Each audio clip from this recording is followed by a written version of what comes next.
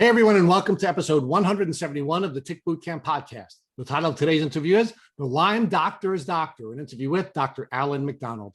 My name is Richard Johannesson. And I'm Matt Sabatello. So, Matt, this is another one of the Lyme pioneers. This is a guy who in the late 70s and the early 80s was out there on his own trying to come up with solutions to the Lyme problem that was created on Long Island, New York. And he was ostracized, he was mocked, he was mistreated. And as it turns out, he was really a sage. And Rich, what was really surprising about this interview for me is that Dr. MacDonald proved things decades ago that are now coming to reality today with mainstream Lyme news. For example, he talked about the connection between Lyme and cancer, the mother-to-child transmission of Lyme disease. He even talked about sexually transmitted Lyme and studies that prove sexual transmission of Lyme. He also talked about the connection between Lyme disease, Alzheimer's, dementia, and MS. He talked about the important role parasites, both round and flat parasites, play in Lyme disease and keeping people chronically sick from Lyme. He went into blood transfusions and different strains of Lyme that people can be infected with throughout the world. And he also talked about the importance of biofilm. This podcast interview was just chock full of information and is a must listen to. This is a must listen to for anybody who has chronic Lyme disease, because Dr. MacDonald is going to show you why you're having challenges getting diagnosed, what the challenges are in the medical community, and what you need to do in order to be able to make sure that you're treated properly by your medical doctor. So without further ado, another one of the Lyme pioneers, the Lyme Doctor's Doctor, Dr. Alan MacDonald. Hello, Dr. MacDonald, and welcome to the Tick Bootcamp podcast. Hi, thank you for inviting me. Well, we're really excited to have you. Matt and I have been geeking out on all things McDonald's for the last couple of weeks, so we're glad to finally have you on the podcast. So, Dr. MacDonald, can you first share with our listeners where you currently live? I'm retired in Naples, Florida. And we understand that you were a Long Islander for many years. Yes, I started my professional career on Long Island. I moved from NYU Medical Center to Southampton, and I was able to get a job there as a young pathologist.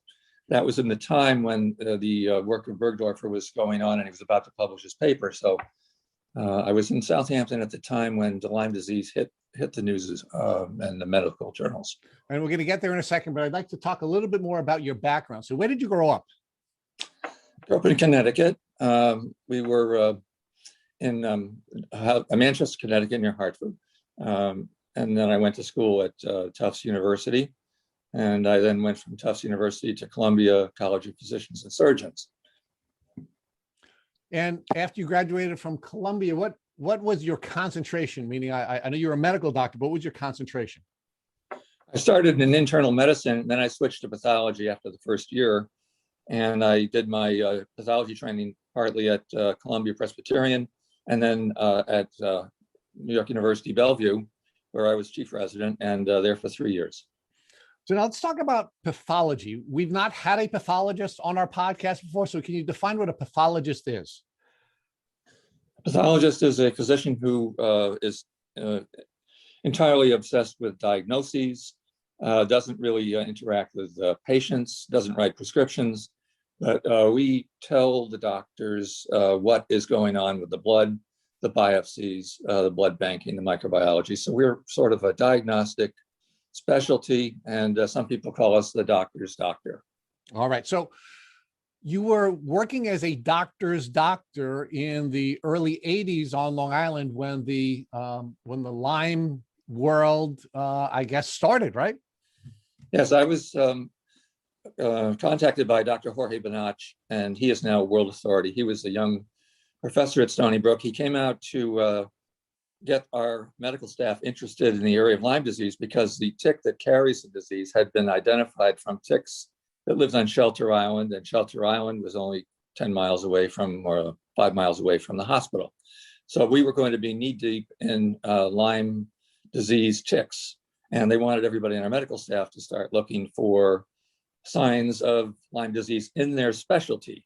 And I was lucky to have Bernie Berger. Dr. Berger was a world expert on the skin erythema migrans, and he worked with the NYU team of Bernard Ackerman to show that the spirochete was in the skin lesions, erythema migrans. So he was a friend, and Joe Briscano was there, and other members of the medical staff were all interested in Lyme disease, and they all got got their original Lyme testing from me because I had to set up a hospital lab to test for it. We used fluorescence to find antibodies. So before it was available from labs or from the New York State Department of Health, I was doing Lyme testing at Southampton Hospital.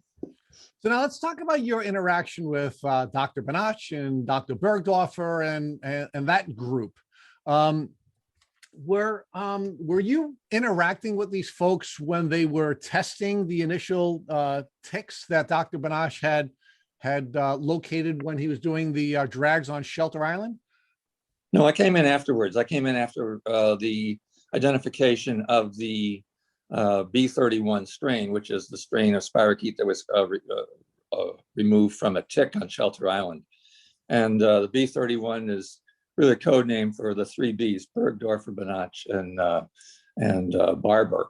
And so that one was the basis for many blood tests today. It's a tick that never saw a human body, but it's a tick spirochete that is used to diagnose all potential forms of antibodies in all human patients. So it's sort of an awkward sort of a fit. Well, let's talk about that awkward fit, because one of the people we interviewed on this podcast is the author, Chris Newby. And she spent a fair amount of time studying the history and interaction between the three Bs for the 3B Borrelia. And one of the things that she was concerned about and raised in her book was whether or not, in fact, chronic Lyme disease is caused by that bacteria, or is it actually caused by a rickettsia Swiss agent US? Do you have any thoughts on that, and why the three of these folks who are now credited for having discovered the Lyme bacteria were debating about a rickettsia that they ultimately did not settle on? I read Chris's book. I know Chris for many years, and I've got a view that most of what she has in the book is accurate. As far as the rickettsia connection, the rickettsias do damage by burrowing into these cells that line the blood vessel, and those are called endothelial cells, and so they kill those cells off. And then because of that, you get the red spots on the skin and palms of the hands. And then you can get organ failure and death from Rocky Mountain spotted fever. Now, the rickettsia that is the Swiss agent may not be as nasty, but by definition, it has to live inside cells.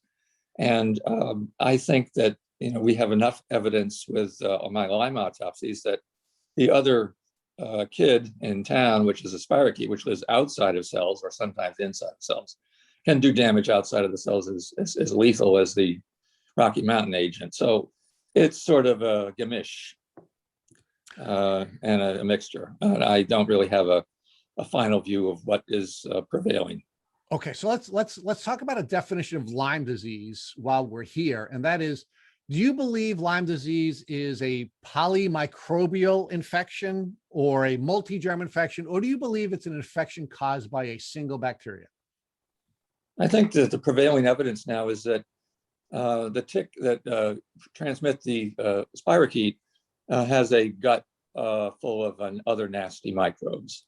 And therefore that tick can transmit other nasty things like Ehrlichia and anaplasmosis. And those things don't have a big horizon of visibility.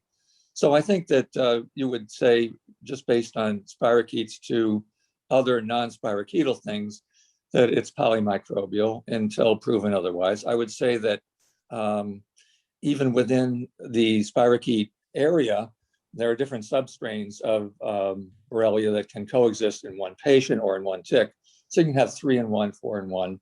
So the idea of just a B31 spirochete, which in effect may not actually cause human disease, but something like it, is not the sole answer to what's going on. Now we have also Borrelia miyamotoi, which is capable of coexisting in a patient with Lyme disease. So you have a double infection there. So I would say think plural, don't think singular.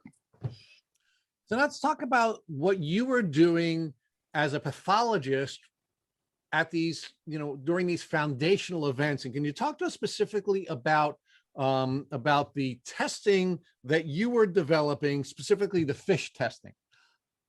Well, the fish testing came later, but the first thing I had to do was to prove that I was able to find and validate the bugs in tissue. So I was looking at dead babies and miscarriages, and I found that the percentage of them were infected with the Lyme agent. Now, in order to find that in the microscope, you would do a silver stain, and that makes the spirochetes color brown or black, and then the background tissue looks yellow. So it's a nice contrast.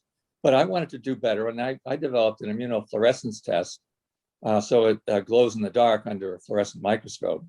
And I was convinced that I had to prove my skills. So I asked Benach to send some coded specimens of hamster and lab infected, non-infected, and they were autopsied. And they sent the organs to me. And I used my fluorescence test. I got a 100% score. So I validated my own method at that time. And I used fluorescence to find evidence of spirochetes in dead babies and in the skin of Lyme disease patients with Dr. Berger, and in blood and in spinal fluid and other specimens. So that's how I got going with a microscope piece. So let's walk that back a little bit. You said that you began to do your research on the autopsies of dead babies. Now, to this date, in 2021, there is some debate about whether or not Lyme disease can be transmitted in utero.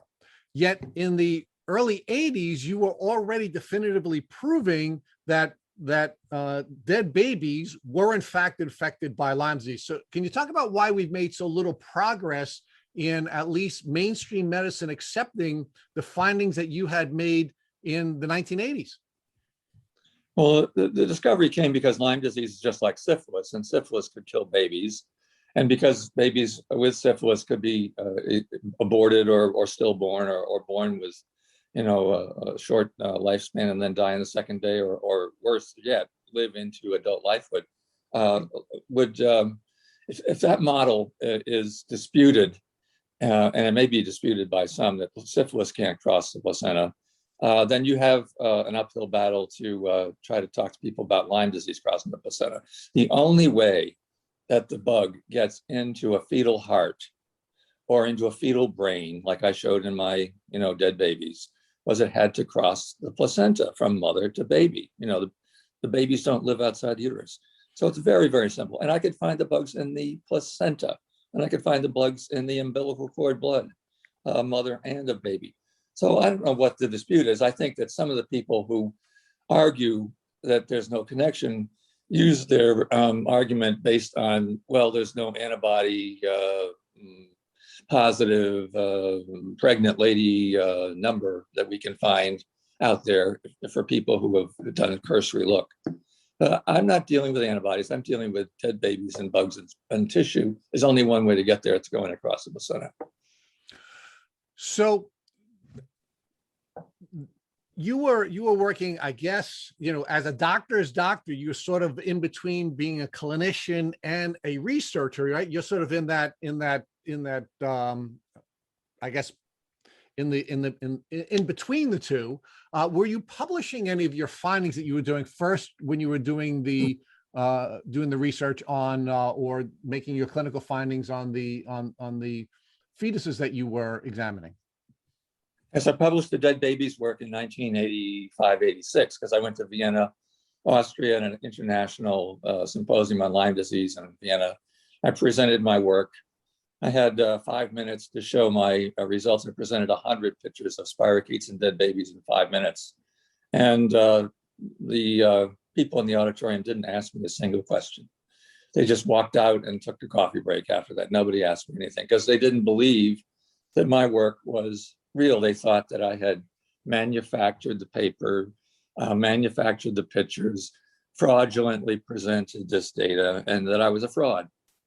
And why did they believe that you would have been fraudulently presenting this information? I mean, why is there, from the very beginning, so much resistance to strong data that was being developed by doctors like you? Alan Steer accused me of medical fraud. And Alan Steer holds a huge, position in the community. And, when I published my Alzheimer work, I got Alzheimer brains. That was when I came back from Vienna. I wanted to do the Alzheimer work. So I got Alzheimer brains from George Glenner's brain bank, and they were frozen, and I got them, I thawed them, and I did the microscopic study of spirochetes in the Alzheimer brain sites. And I also cultured the spirochetes from the Alzheimer brain, and I published that in the Journal of the American Medical Association in 1986. He was a reviewer on the case, and his comments to the editors were, this work, if true, would be significant. However, the appearance that he has in these pictures of spirochetes are those of spirochetes in culture. Well, my paper was about culture. So he was trying to say in a veiled way that I had taken spirochetes from a culture from a human somewhere else, and then tried to pass them off as spirochetes that I grew from Alzheimer brain, and it's fraudulent. The JAMA editors did not buy that. So I got published. So let's talk about Stier, because there are many in the Lyme community that consider him a Lyme villain. And it's interesting that Dr. Stier, who's a rheumatologist, certainly was present when the pattern was shared with him by Polly Murray. He did see the cluster, but why did he go from being a rheumatologist who observed a cluster to becoming the guy who's now, I guess, the gatekeeper for all research that was being done, even by pathologists in the 80s and the 90s? Well, he was a young investigator out of the CDC, the EIS officer. It's a corps of officers that are MDs, and then they spend time at the CDC, and then they go into academic practice. So he was a young graduate of the CDC. He went to Yale.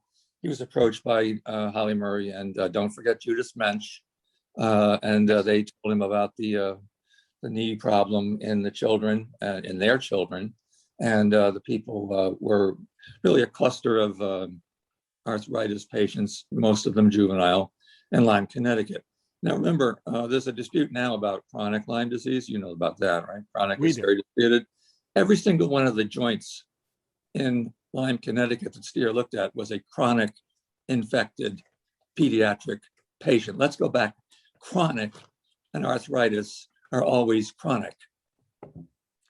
It's not acute. So let's choke on that a little bit. Let's choke on that a little bit.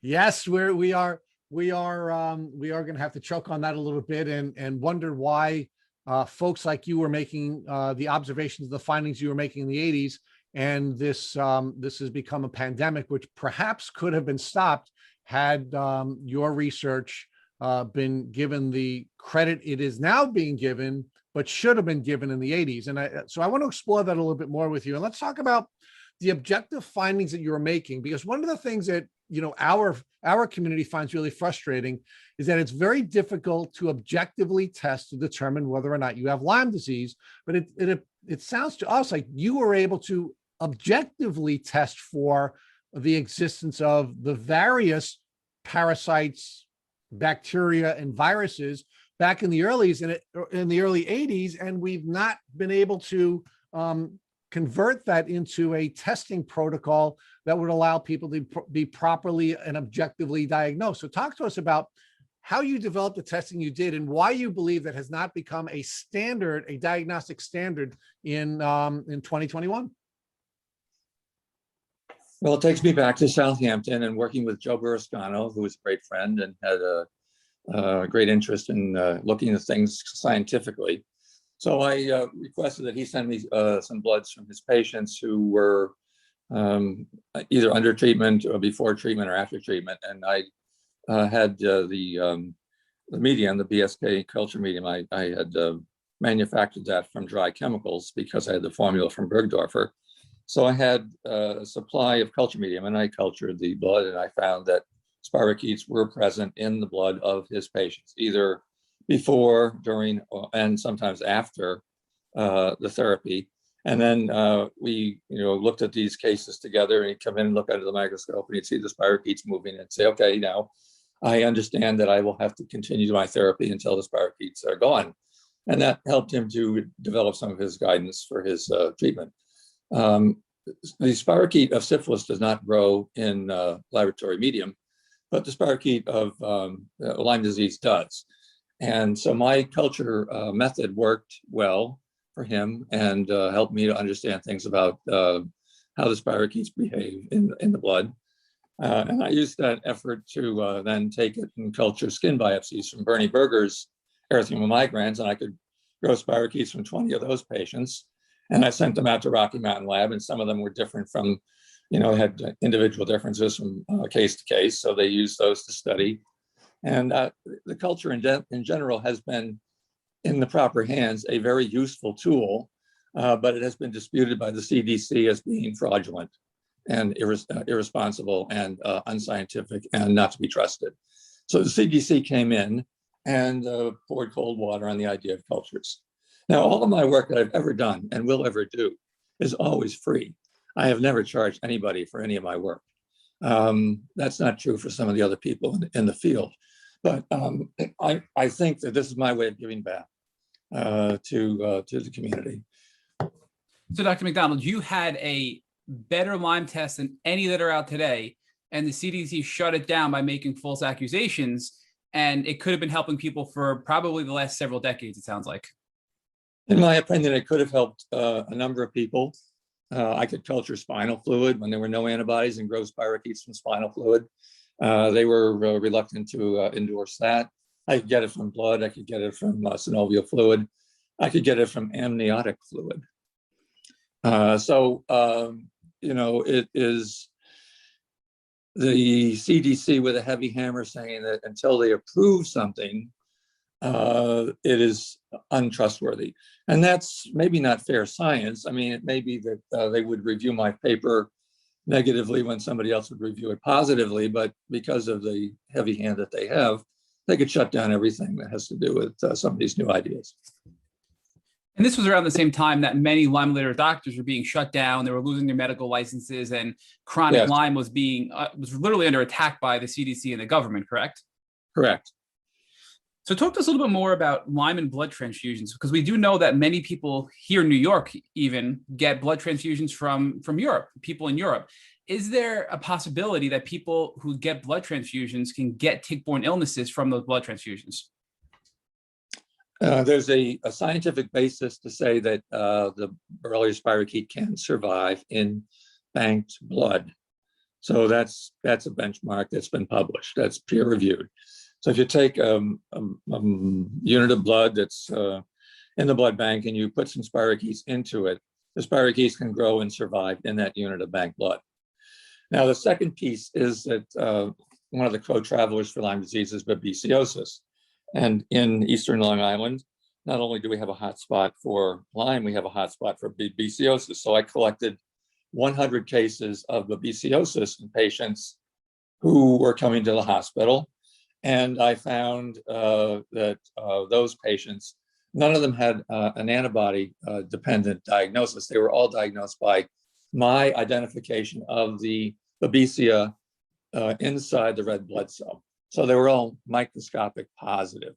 And because babesiosis early on was shown to be capable of transmission by blood transfusion, there were a bunch of people who got very sick and almost died from babesiosis contaminated blood back in the 80s and 90s. And the CDC had a registry about that. Now, it's not really much of a big step to say, well, if the body has blood and if the blood is infected, and if some of the infection is inside the red blood cells like babesia, and then you could have a possibility of Borrelia spirochetes outside the red blood cells, that if you can have transfusion, transmitted babesiosis, you can have transfusion, transmitted borreliosis or Lyme disease, period. It's not a big step. The connection to Europe was something I brought up way back with the New York Times and a letter to the editor. And I said that at that time, we were getting about 60% of our blood for the New York Blood Centers from European donors. It was shipped over by air freight. So that opened up the possibility that European type Borrelia, which we don't have here in the US yet, could be in some of those units theoretically. And certainly American type Borrelia and American type Babesia, we know the Babesia was already there in the blood supply. So why not say, let's look at blood transfusion transmitted Lyme. But Dr. MacDonald, is the current testing for Lyme disease, I don't believe, is looking for European strains of Borreliosis. Is that correct? There are some special techniques now that you can use. If you get a European test kit, then you can do testing for European strains in the United States. But most of that testing is done in Europe. They have a test kit for Berinii, another test kit for Afzelii, another test kit for the European variety of Burgdorferi, which is a Dutch kind of thing. And so you can get test kits for each of the substrains in Europe. I think right now, my personal view, hasn't been proven, but I think right now that we already have Berinii here in the United States, and it's not being diagnosed because it's transmitted by birds, the ticks that carry it. So they fly up and down the coast, and they could leave their new strain anywhere that they land. It's also present in Brazil. Berinii is present in Brazil, and Berinii is present in Mexico. So we could say that maybe Trump's wall would keep the Berinii in Mexico from getting across to the US, but I'm not sure that's true. But what I'm hearing is that many of these other strains of Lyme disease can be causing people to be sick in the United States and here in New York. But the standard testing, like I would get at a LabCorp or a Quest lab for my doctor, probably isn't testing for these other strains, and they can be or could be the contributing factor to my illness potentially. And they would test negative with American test kit strains. Yes. So I think it's important for our listeners to understand that if they are sick and they did have a blood transfusion or they're just focusing on the Lyme testing, they should broaden their horizons to potentially other strains of Lyme disease and other co-infections, and maybe use a more specialized lab like IGeneX or another lab that can test a more diverse set of bacteria and pathogens from a tick-borne illness. Reasonable to say that. And also remember, if you go camping in Europe and you get bitten by a European tick and then come back and get sick in the US, and that has happened, and those patients have been tested and were negative, that you could have a European infection in the US, which you acquired by vacation. So let's talk a little bit more about testing and the different forms the Lyme bacteria can actually fold into or form into. So we know there are spirochetes. It's pretty well known out there for most of our listeners, but we also know that there's this cell deficient form called the L form and the round circular form of the Lyme bacteria as well. But the Lyme testing really is not very good at all for those other two forms aside from the spirochete form. Is that correct? That's true, but it hasn't actually been rigorously tested in laboratory stuff. The people who did a lot of the work on the round body or the cyst form were the Brosens, and they were in Norway. And they did their work, 1990s, I guess. I published my paper, the first paper on cyst forms of Borrelia in the world. It was my paper. And I found one of those in an Alzheimer brain. So I put cyst forms on the map. And anything that I put on the map is problematic because I'm not to be trustworthy. So yes, cyst forms, L forms, that's even more of a reach. They also are true. I found them in blood and in tissue, and they look like amoeba rather than little nice round things. They have very plastic form, so it varies enormously. So those are also not going to react in conventional Lyme blood tests. So in addition to those two forms, the cystic form, round body form, and the L form, there is now the biofilm form. We can get into that.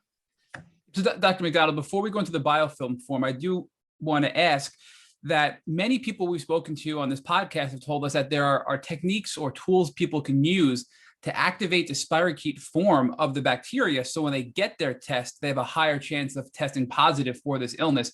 Is that something that you think is a valid point, where there are either supplements or things we can do to bring out the spirochetal form to have a higher likelihood of testing positive if we're sick from Lyme disease?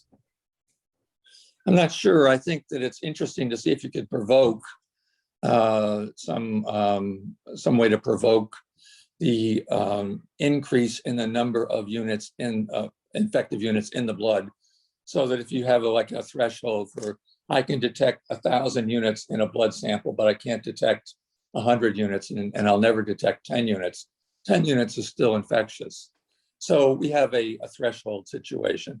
I'm not sure what can increase the number of particles or units, but there is one very inexpensive way that anybody can take advantage of. It's called a buffy coat smear. And that is, and you take the blood, you spin it in a centrifuge, and the top layer has the white cells and the spirochetes. So instead of trying to find a needle in a haystack of unconcentrated, you do a buffy coat smear of peripheral blood, and you'll see many, many more spirochetes per unit area. And it's an easier diagnosis because they're all concentrated at the top of the fluid after centrifugation and the buffy coat layer. So I recommend that. Other people will say that that's another MacDonald crazy idea, but I know that it does work. I've used it successfully. So some of our listeners want to use that approach. Should they ask their doctors to run a buffy coat smear test? Is that something they can do? How would they actually move forward to get that test performed on their blood? Well, the next hurdle after you get the buffy coat done is to get a pathologist to look at it with the proper stains and the proper background to see what is actually present in the buffy coat layer. If you find spiral forms, that's easy. If you find cystic forms that load around, they'll say, no, that's not real. If you find L forms, they'll say, no, that's not real. And if you find granular forms, which are little very minute salt and pepper flakes, those are also infectious, and those are also present in the buffy coat layer. So if you're lucky and you have spiral forms only, you might have a chance. But if you have the other ones, you don't have a chance. The way to go for truth there is to use the DNA, because the DNA of the bug is preserved across all of the morphologic forms. And it's present, and it's a reliable indicator. So instead of looking for antibodies or maybe different chameleon forms of what the bug might look like in all its disguises, you can use DNA. Many of the doctors that our guests go to are not familiar with a lot of this stuff. So to give them very specific guidance on how to get this testing done, is there a lab you recommend they send their blood to? Is there a specific protocol or keyword they should use as their doctor to get this test done? What advice could you give them to get this buffy coat smear test done and to have it in a sort of shortcut way to help them get this test performed for them? Unfortunately, there's no lab that is doing this buffy coat approach right now. IGeneX might step into that equation because they're doing DNA detections for Borrelia with a FISH method. So it might be that if they get their method proved, they could use FISH on blood buffy coat smears and be helpful to those patients. But as far as regular hospital labs, no. University hospital labs, no. Even Stony Brook, no. So it's more of a MacDonald kind of thing that is frowned upon. So we should keep our eyes out for IGeneX to potentially adopt this down the road. And now, as far as you were talking earlier about biofilms as another form, right, of the Lyme bacteria. So talk to us about that, because biofilms, we've heard from some Lyme doctors, are not that big of a deal. We've heard from other Lyme doctors, they're huge and they must be addressed in order to recover. So where do you stand in that debate? And do you think they're really a big deal in healing from Lyme disease? I was working with Eva Shoppy for many years after I moved out of New York. And Eva came up with the idea that Lyme disease spiral forms could become communities or culture plaques or colonies. And that was based on some work of Dr. Costerton, who's the father of biofilm biology and microbiology. So she allowed me to learn with her. And in 2006, we started to look for biofilms in Lyme disease. It took 12 years of work and to get the published article, which was in test tube proof that biofilms of Borrelia were real. So that happened in 2012. In 2008, I came up with the idea, since I knew what biofilms looked like, and we hadn't had the permission to publish it, came up with the idea that biofilms could be the structure that is responsible for Alzheimer plaques in the Alzheimer brain. And I proved that in 2010, that the Alzheimer brain plaques are biofilms covered by amyloid. But biofilms are also present in other chronic Lyme conditions. The one that we got published was a skin condition called Borrelia lymphocytoma. It's a European condition where instead of getting flat lesions on the skin, you get bump red type lesions on the skin and red hot ears and bumps on the nose and a hot nipple because the bugs in those sites tend to favor those specialized sites. And we found that biofilms were present in Borrelia lymphocytoma. We got that published. So that was 2016. It was another 4 years of struggle to get that published. Now, biofilms are the way bacteria in general, 99.7% of bacteria on planet Earth have a biofilm form. It's a way of circling the wagons, preventing the bugs from dying off in hostile, unfavorable conditions, and an adaptation to chronic disease. Biofilms, repeat after me, biofilms always indicate chronic infection, period, okay? Always chronic, never acute. Now, I found biofilms in scan with Dr. Shoppy. I found biofilms in Alzheimer disease brain plaques in autopsy brains. And then I started to look for biofilms in blood. And I found that although it's not supposed to be expected, you find biofilms circulating in the blood. I found biofilms in circulating blood from Alzheimer patients.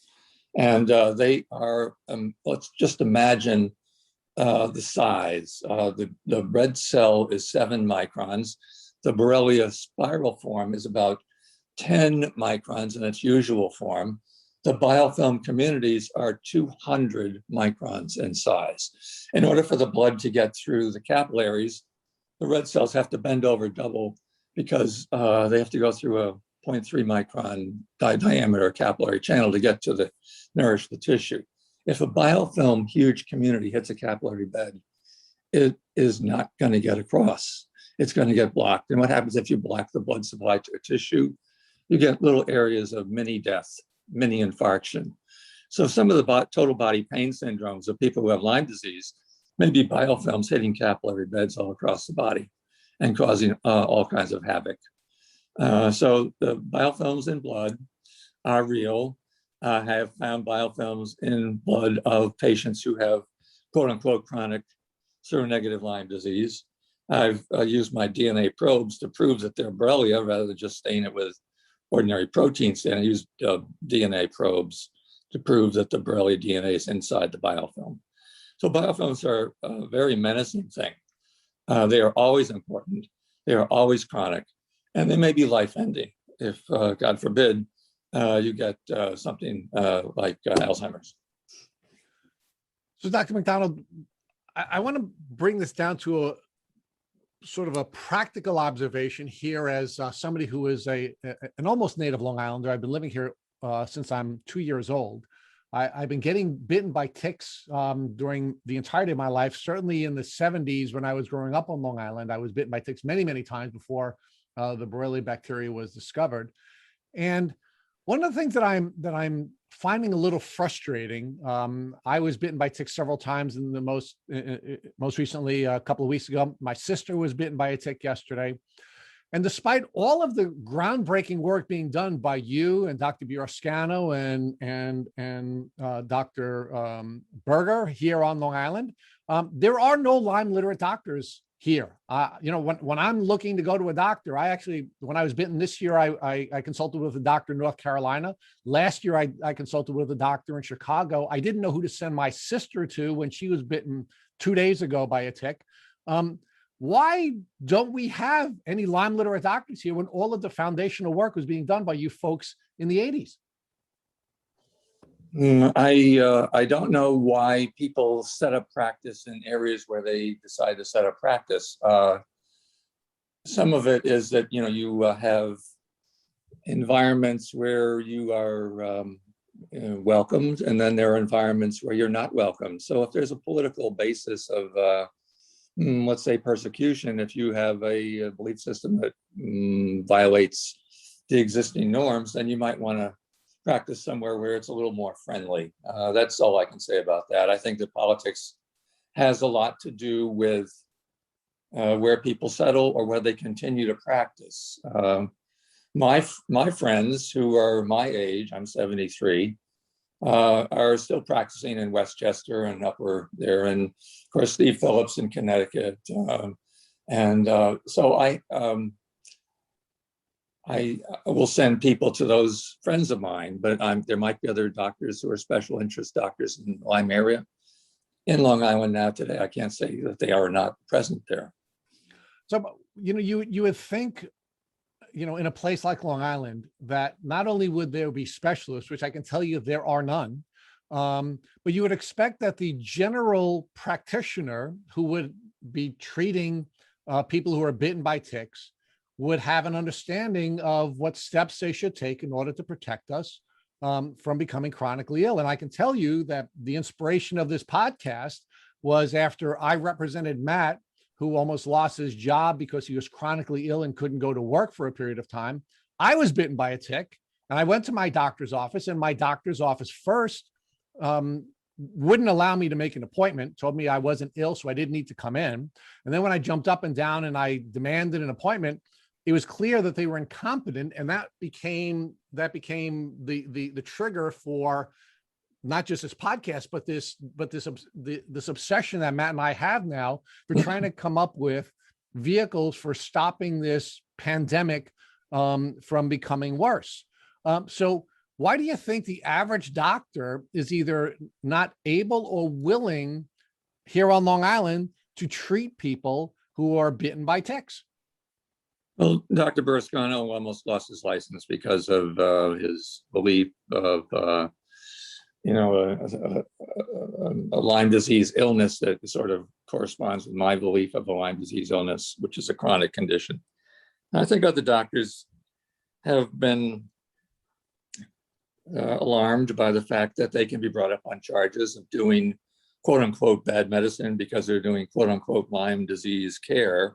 And therefore they'll focus their efforts elsewhere and encourage the patients to go elsewhere. And that's okay if the politics has created a toxic environment.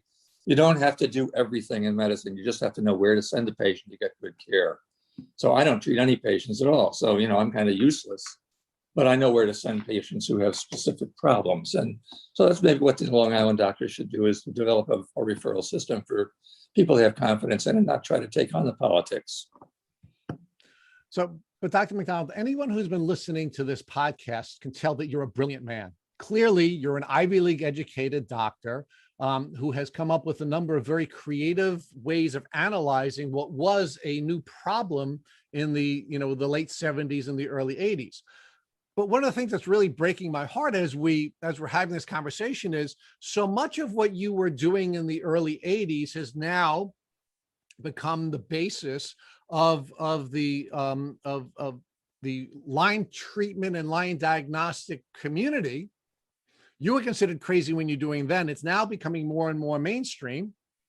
And we unfortunately have a whole generation of people who are getting sick and can't get the treatment that they need because of the politics. So I think we really have to spend some time exploring this because, most people want to continue to earn a living when they're practicing medicine. Most people want to continue to treat their patients, and they're actually being discouraged, in fact, maybe even worse, rewarded for not properly treating people with Lyme disease. So we really have to explore the challenges that were being created, more than just feeling badly for you because you keep saying during this podcast, well, this is a crazy MacDonald thing and it's another crazy MacDonald thing. So they've certainly already invaded your emotional thought processes, but I think it's a bigger problem because so many of the people that we talk to have to go from doctor to doctor to doctor. We interviewed a young woman whose mother had to take her to 50 different doctors before she was properly diagnosed with Lyme disease.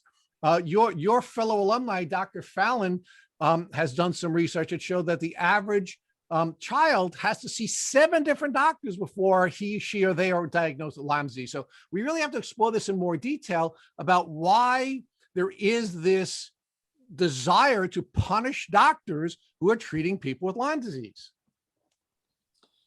The politics have waxed and waned, but usually they've waned. On the side of less awareness of major health problems that are related to Lyme disease, less awareness of the chronic, what we call morbidity, not mortality, and then maybe the denial that there could ever be a fatality in Lyme disease. Those are all things that happen. They weigh in politically. If you are a subject for medical malpractice because you failed to diagnose and then the patient had some kind of terrible complication or even died, you will have to defend yourself in court. The medical malpractice activity, which is greatest in the United States now, is from the Infectious Disease Society of America, persecuting Lyme doctors who treat patients who are trying to deal with chronic health problems. So all the expert witnesses are anti, physician who treats chronic Lyme patients, and therefore there's another dimension because there's a bunch of there are a bunch of people who will make a living testifying in court against doctors who do exactly what you want some Long Island doctors to do with chronic Lyme disease.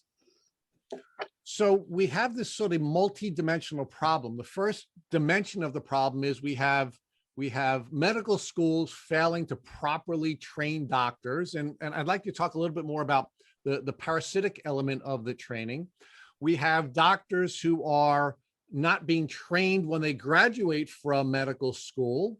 We have doctors who want to properly treat their patients, but they're afraid that they're either going to be sued or the education department is going to try to take away their license.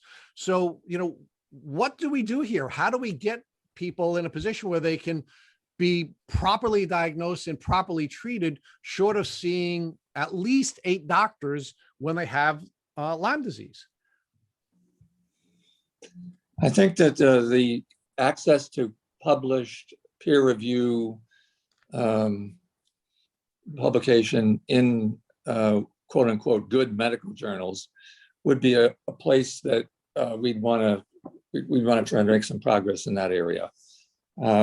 Right now, the articles that are submitted that are in the general realm of chronic or disability type situations after Lyme disease misdiagnosis are not allowed to be published. The reviewers are all on the other side, which is the STEER and CDC camp. So we have to sort of find a solution to that. And I think that Willie Bergdorfer used to say to me, you got to be very careful because they will squash you like a bug. But he said, on the other hand, even though you're walking on thin ice, the ice is getting thicker every day. And I think about that, walking on thin ice and thick ice, and I think there'll be a time when the ice is thick enough to drive a semi onto the ice and it won't crash through. But right now we're still on thin ice when we try to make points about chronic Lyme disease as a real illness, deaths in Lyme disease, and physician responsibility for providing care. Most of the care that's needed is not for the early stuff. Most of the care that's needed is for the chronic stuff, period. So if chronic is going to get you drummed out of medical school or drummed out of medical practice or into court, people don't want to take that giant on. They don't. But the biggest public health need is in the area of chronic Lyme disease related patient care, diagnosis patient care. Now, before we go there, and I really do want to explore that with you because I think that's an important next step, but I'd like you to explain to our listeners, what is the relationship between publications, which you are currently being either limited or precluded from participating in, and clinical care, and why should the average patient care about the publication arena that you just identified? The articles that come in the New England Journal of Medicine and the top tier medical journals like that are controlled by the people who are Dr. Steer and Infectious Disease Society of America aficionados. So they have a stranglehold on what gets published, and what gets published in top tier journals becomes quote unquote the truth, the trustworthy, the standard of care. Standard of care.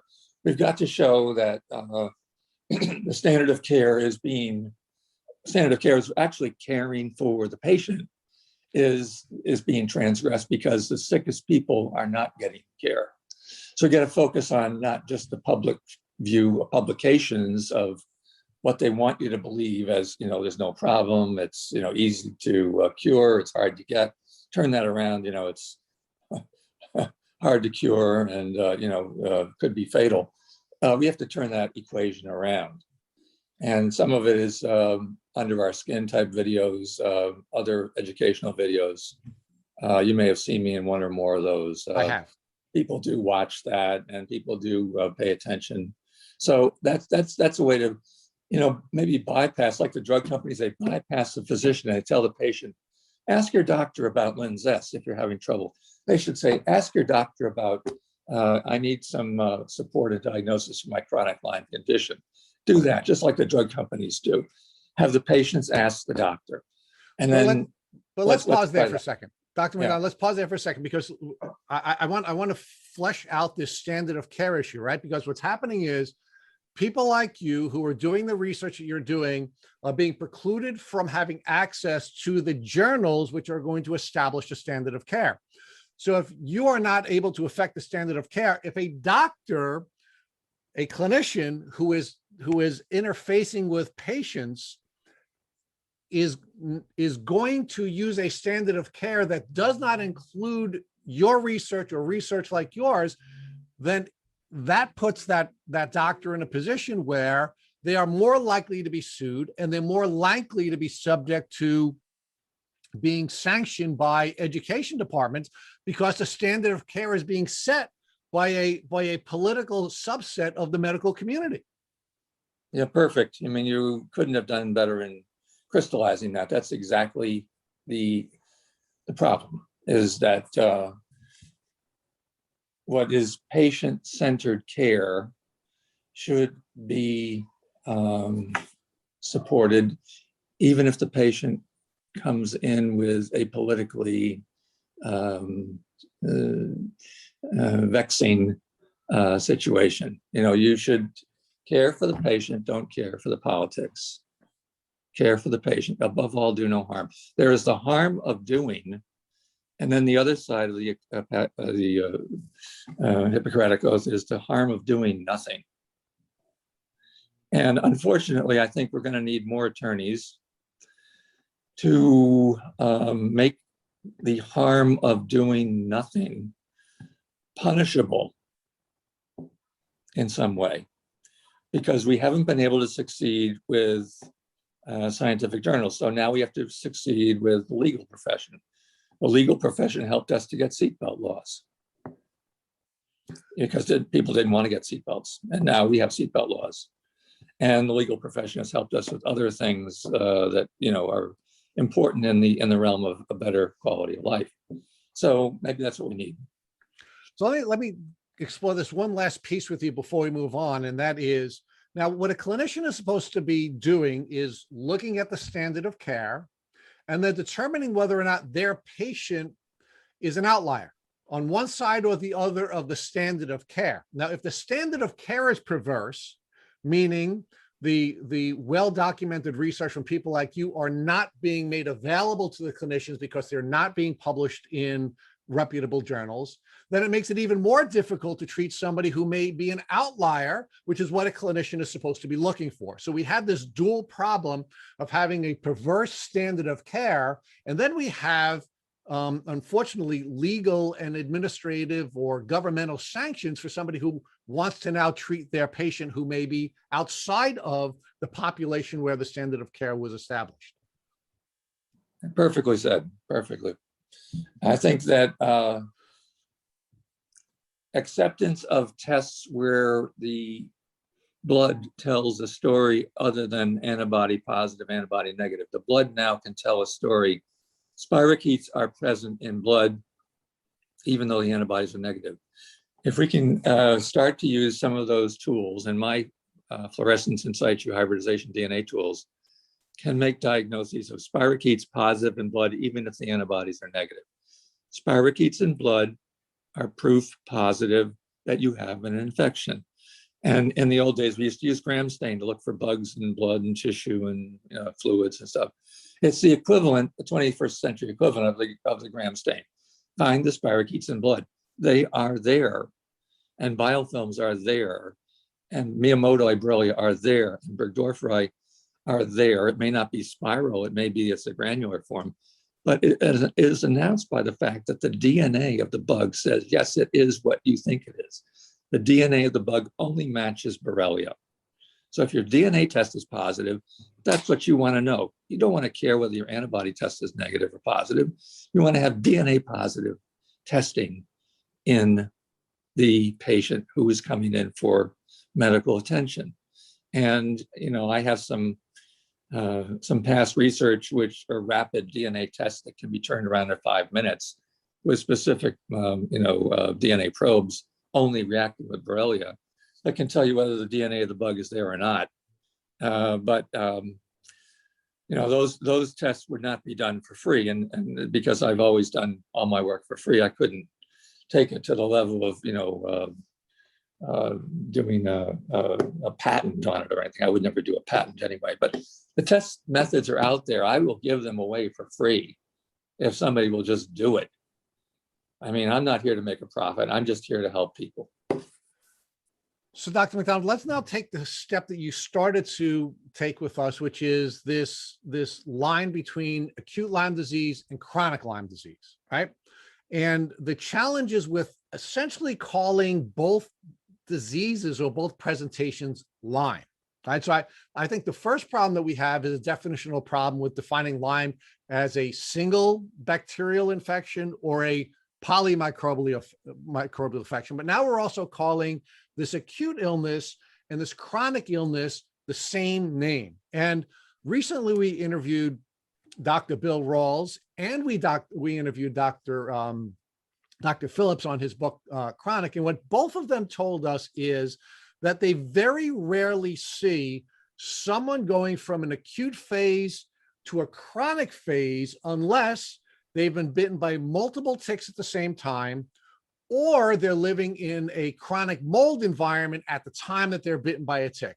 So rarely do we have someone going from acute to chronic. This chronic condition is something altogether different. So do you think first that it's a mistake to describe both acute and chronic Lyme disease as Lyme disease? And secondly, do you think that may be the reason why we have so much resistance to accepting chronic Lyme disease in a chronic form? Okay, well, I've written about this too. I've written that it's time for a Lyme divorce. Whether you have an attorney help you with a divorce or somebody else, divorce yourself from the use of the word Lyme and call it Borrelia. Because in Europe, they have all kinds of Borrelia-related illnesses. They don't talk about Lyme in Europe. They get by very well with borreliosis, right? So call it borreliosis. And then, in Germany, past years, they had 1 million new cases of borreliosis in Germany in a year. So it's a big time thing. Here we have like 500,000, 450,000, maybe more, but, call it borreliosis. Just drop the Lyme disease thing. That steers ticket to academic perpetuity, as he's the Lyme guy. All right, give him that and take back the infection and say it's borreliosis. And then that will get you over one hump. The other thing is that the Miyamotoi can exactly mimic many things in Lyme, and it's much more nasty.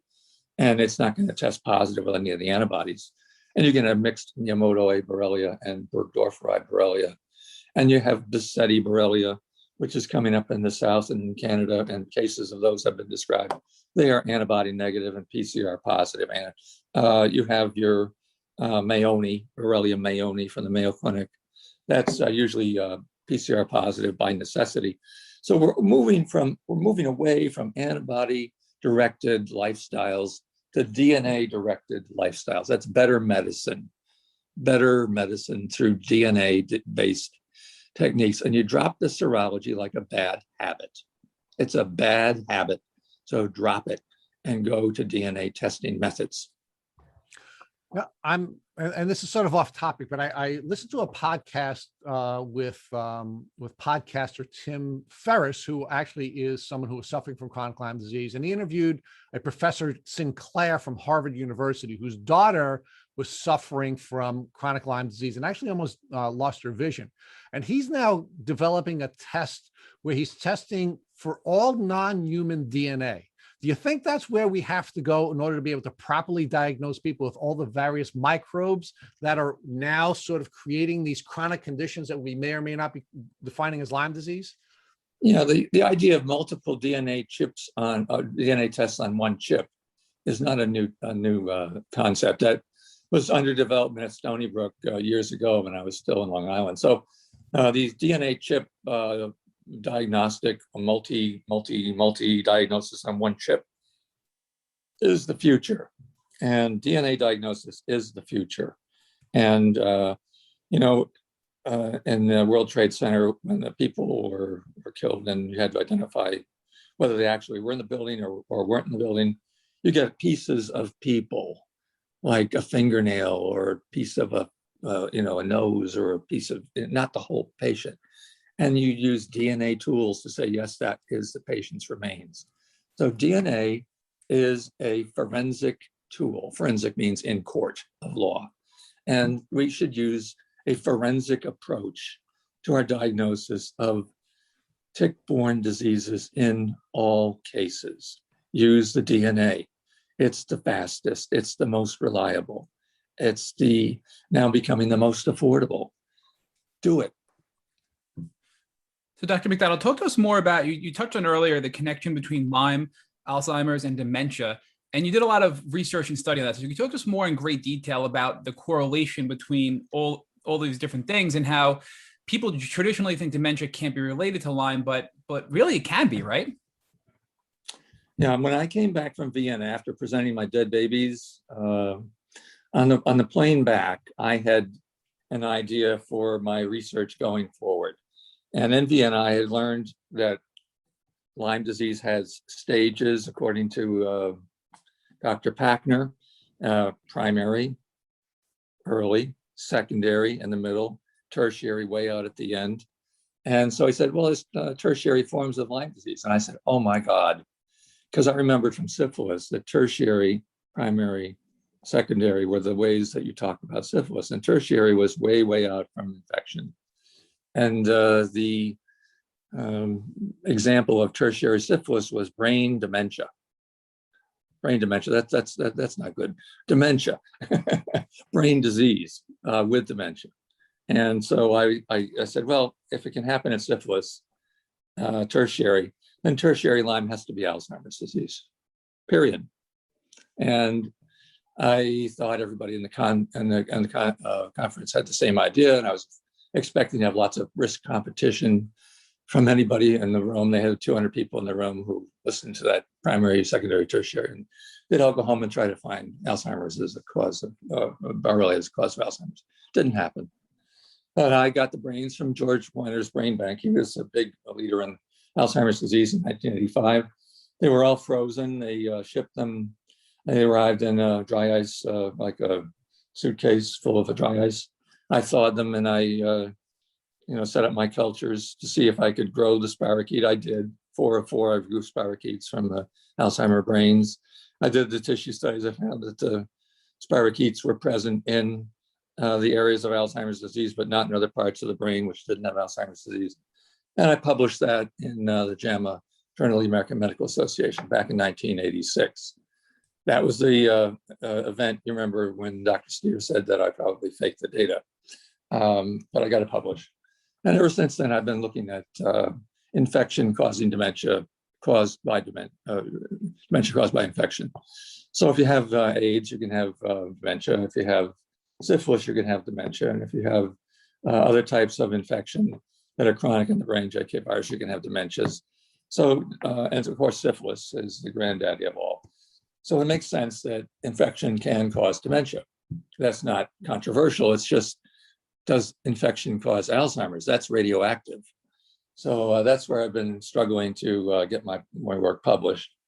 And I had some very good work that I had finished from my time at, I was at St. Catherine's Hospital, and I got a brain from Stony Brook. It was a person who had well recognized Lyme disease, presenting as multiple sclerosis, like atypical facial pain, and then evolved into some problems with walking, and he developed hydrocephalus with a magnetic gait of hydrocephalus. And then they put a shunt in and they treated him with antibiotics because he had Lyme and he had this problem, and the shunt got infected. And during the time he was getting antibiotics for the infection of his brain shunt, his dementia symptoms cleared up. And then after they cleared up the infection of the brain shunt, they stopped the antibiotics, and his infection is returned, and his dementia got worse, and he died of Alzheimer's disease. So when they did the autopsy, they just did the by the book Alzheimer autopsy, and they didn't look for spirochetes. And the widow came to me and said, "Oh, I read about your work. Would you look?" And I said, "Yes," and I did. And I found that there were patches of Borrelia DNA and biofilms in his Alzheimer brain, and spirochetes in his Alzheimer brain. So it was residual, persistent Borrelia infection in the brain, already diagnosed as Borrelia in the brain at Stony Brook during life, but not, connected with the dementia. And that's how I got started. It took me 16 years to publish that case. It just sounds so strange to me, though, that it's 16 years of rejection. Nobody would publish it. Finally got it published this year. 16 years. But Dr. MacDonald, it just seems so weird that clearly this patient was sick with Lyme disease, developed dementia, was treated with antibiotics, got better from dementia, went off the antibiotics, dementia worsened, and the Alzheimer's, worsened, and he died. I mean, so why would they fail to recognize this clear connection and then take almost 2 decades to recognize your work to properly identify the connection between these things? It seems so weird to me. Alzheimer's and infection is radioactive. And if you are talking about that, you are radioactive. It's now gaining some credibility because there was an Alzheimer competition around the world. People submitted their work, and there were 8 finalists. I was one of the 8 finalists. So there are people now who are looking at various types of infection as pathways to dementia. And it's now getting to be legitimate almost 30 years after I started my work. And talk to us more about and I guess the first question should be, are these amyloid plaques you referred to the same thing as biofilms? Yes, the amyloid that is in the Alzheimer plaques is the way it was always diagnosed. Amyloid-coated plaques are Alzheimer plaques. The new idea is that the amyloid is actually not a toxic thing, but an antimicrobial thing. And it's on the plaques because inside the plaques, it's loaded with infection of biofilm Borrelia. So the biofilm is coated with antibacterial amyloid. And that's why you're seeing it as an amyloid lesion, but it's actually an amyloid antibacterial coated infectious plaque. So there's this strong substance that has a whole bunch of Borrelia inside of it that's coated with a protective substance that prevents any antimicrobial from getting in and killing the Lyme. And this is what's common in dementia and Alzheimer's. Is that correct? That's my personal view. That will get you thrown out of any country club in the world. Well, I mean, you've proven it. So I think, again, in maybe another 16 years or 5 years, they'll then take your work and publish that, and it'll become facts. Well, we have some possibilities, but I'm not sure it'll happen while I'm alive. So, but another thing is, you did mention Borrelia, but I think there's another connection. It's not just Borrelia burgdorferi we're finding in these plaques. There's also Borrelia miyamotoi that you've discovered as well, which kind of gives us some more eye-opening insight, correct? Yes, that's also radioactive, but that's true. I found miyamotoi mixed with Borrelia burgdorferi and Alzheimer plaques. And that's okay because you're going to have mixes of miyamotoi and Borrelia burgdorferi in blood. So it goes from the blood to the brain and sets up its biofilm, and that's how things get started. But it sort of makes sense why many people in the Lyme community that thought they may have Lyme disease associated with dementia were getting standard Lyme testing, and they were all coming back negative because those standard Lyme tests weren't even looking for Borrelia miyamotoi at the time, right? Absolutely true. And also biofilms will probably not switch you over from antibody positive or to antibody positive. They'll probably be a way to disguise the infection because it's coated by the stuff outside the biofilm, which is a goo that surrounds the living bugs inside the biofilm. So it has like a protective layer. So understanding all this, what is the proper treatment protocol for somebody who has these plaques in their brain that's harboring the Lyme bacteria, leading to dementia likely and Alzheimer's potentially? What treatment do you do? Because if this coating is antimicrobial, are antibiotics going to cut it to actually treat these plaques? It'll need to be worked out, but I think that there are ways that you can penetrate the biofilm and get inside and use a biofilm active antimicrobial protocol. They're actually using things like cancer chemotherapy drugs now in Johns Hopkins to treat biofilm infections in the test tube. So instead of using, like donomycin, which you'd use for chemotherapy, you'd roll it out for treatment of some of these stubborn biofilm things, and they're using other new agents. They're using dapsone, which is an anti-leprosy drug, and they're using other new agents. They're also looking at viruses that prey on spirochetes called bacteriophages.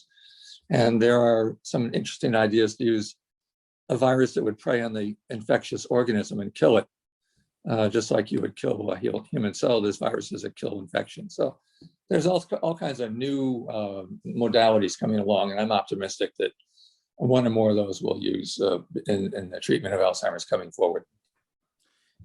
So talk to us more about the brain and Lyme and parasites. You studied the brains of MS patients and you made some interesting observations. And although I think they may be a little preliminary, but you did find parasites in the brains of MS patients pretty consistently. Is that correct? Yes. The MS thing, I got started because I was trying to find spirochetes in the MS brain. And there's a lot of papers from the past century which have linked certain non-syphilitic spirochetes in MS infections. And I did a couple of cases and I found some evidence of spirochetes in MS lesions. So I went and I got a series of spinal fluids from the Boulder, Colorado Multiple Sclerosis National Brain Bank. And they only had a few for me to study. They had about 10 over 30 years. And they sent them all to me because nobody was interested in studying spinal fluid.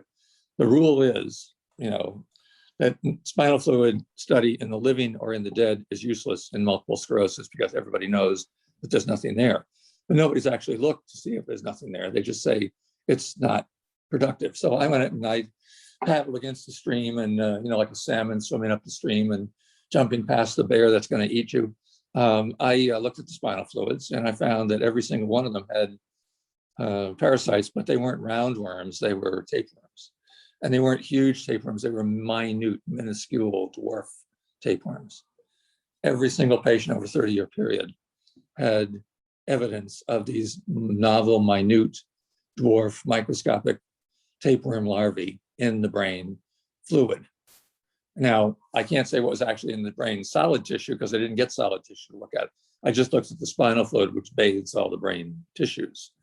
So it's in the brain and spinal fluids in 10 of 10 people over 30 years. And it's a new species, it's a new animal, it's never been seen, never been given a name, but it's a new parasite of the spinal fluid in multiple sclerosis patients.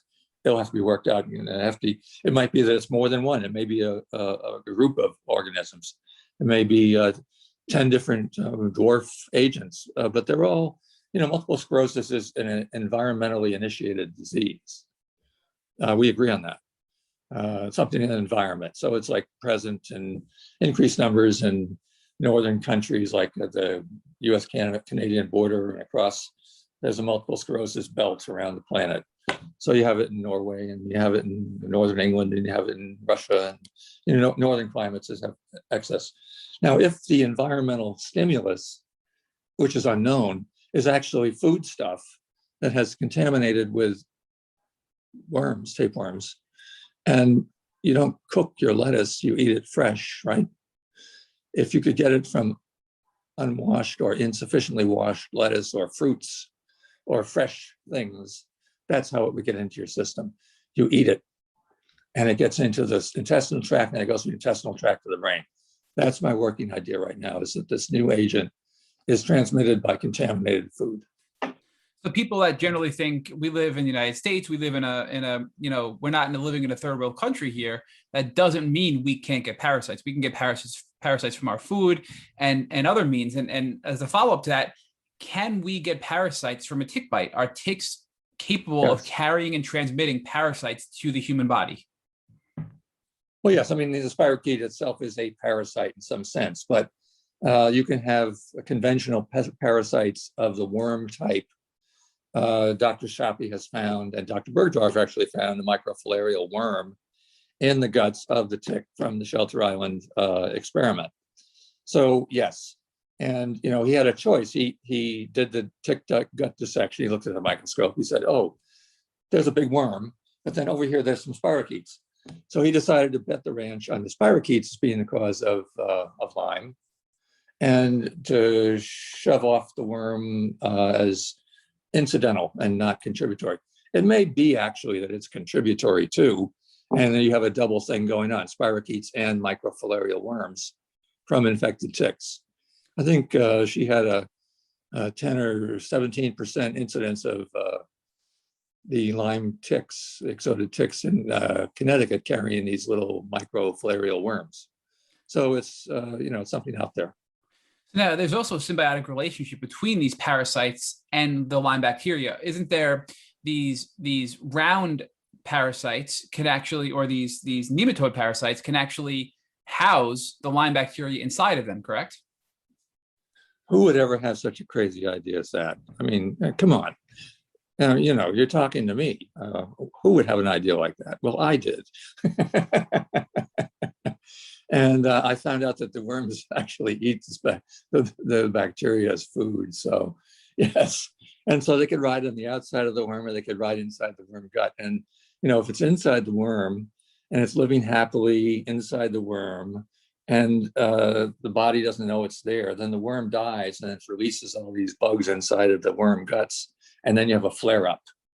And then those get dealt with and they calm down again. Then more worms eat. So there's a worm to bacteria cycle that's possible. Are the spirochetes alive inside of the nematode parasite, or is it just dead? Yes. And they are alive? They are. They can be. They can be. So that's another way that the Lyme bacteria can evade both the immune system and any kind of treatment like antibiotics, because they're hiding inside of a parasite, it sounds like. Brilliant. So there's so many layers to this why Lyme testing is inaccurate today. Never mind the antibody testing is just outdated and inaccurate, but also there's so many ways the Lyme bacteria can hide and evade these tests as well. So I think it's important to note that even with the gold standard tests today and the best labs in the world, some doctors still are treating based on clinical diagnoses of Lyme. And that's probably fair to say that that's an acceptable practice. Would you agree? I think the doctors do the best that they can for their patients, and they want the best for their patients. So if you're with a doctor who is open to the idea that you could also use ivermectin, which is an anti-parasitic medication, then you'll find that they're prescribing ivermectin with some antibiotics for Lyme in some of their patients, because they want to hopefully get a better outcome and modify the immune response or something. And that's completely reasonable in my view. So we have heard some people, a very small percentage of the people we speak to in the Lyme community, treat for the bacteria with antibiotics or another alternative and an antiparasitic to address these parasites that we're discussing. Why isn't that more common practice when we know parasites can be transmitted from a tick to a human? We know these parasites have a symbiotic relationship with the Lyme bacteria. It seems like we've proven all this, yet we don't treat properly. And that can be another contributing factor to why people don't get better after standard treatment for Lyme disease. So you ask why? Correct. Yeah. Why do you believe that current practitioners are not more broadly treating with an antibiotic and an antiparasitic? Because that idea came from my mouth and I'm not trustworthy. So, but you have, I mean, studies that are proving, and other people besides yourself are proving that these parasites are in the tick gut and can be transmitted to humans. We're finding these parasites in the human brain, and yet they're ignoring your work and many other of your peers' work in the community still. Yeah, there's an adversary relationship from the powerful to the powerless, and I'm on the powerless side, so I don't have any power. Well, I So think the tide is turning there. Hopefully, I mean, you're making progress, so I think we're starting to see a change there, and I think that's a positive sign. well, we want the best for the patients. I mean, I don't care about winning like a Monty Python thing, where you've got the Black Knight and his arms and legs are cut off and he says, "Come back here, you coward," that kind of thing. I'm waiting for that day to come with some of these Lyme denialists in the community who try to make trouble for advances in patient care. And talk to us more about these parasites in general. So these parasites are in the brain. What damage are they causing? Are they, I know these nematodes can actually like eat parts of the brain, and they have an anus and they can excrete stuff. So like, what effect does that have on the human body as a whole when you have these parasites in your brain? There's a condition called visceral larva migrans, and it's a parasite of perhaps a dog or a non-human that accidentally gets into the human system, and then because it doesn't have its usual target site in the dog or cat or whatever, it meanders through the body tissue, causing havoc, blindness and brain lesions and other lesions and lesions in other parts of the body. So it wanders around, and it is not over until it's dead. And so visceral larval migrans is a legitimate parasitic disease. Now, the ones in my class who didn't want to spend time in parasitology because they want to get on to clinical medicine and that kind of thing, they might not have much credence in that, but it is real. It is a third world disease. And I think we have to be comfortable with a one world view rather than a third world and a US view. We live in a one world now, and people travel and foods get transported across borders and stuff. So we have to live in a one world view. That's why we got somebody with this COVID-19, because it didn't come from us, it came from someplace in Asia. And we have to be able to cope with illnesses that are worldwide. And Lyme disease is a worldwide illness. Well, let's call it borreliosis is a worldwide illness. In spite of protestations to the negative, it's like it is present in all continents. And it comes up in different flavors, but it's in South America, it's in Australia, it's in China, it's in, Pacific Island. It's a one world illness. So let's have a one world view and be smart and treat all our patients as if they might have a zebra instead of a horse's hoof when you hear a hoof. So Dr. MacDonald, let's talk a little bit more about best practices and what types of requests Lyme patients should be making of their doctors, right? You had argued that just like patients when watching advertisements on TV are walking in and asking for a particular drug to treat their condition, that perhaps that's a methodology we should be using in the Lyme community. So if we were to make that recommendation to our listeners, let's first talk about the microbe element or the reduction of the microbe element. Is it your recommendation that our folks walk into their doctors and say, "Hey, I probably have a polymicrobial infection and I need an antibacterial, I need an antiviral, and I need an antiparasitic to help my body begin to reduce the microbe load that's causing me to be chronically ill"? Well, I think that would be getting ahead of the skis a little bit, because I think what you have to start with is a diagnosis.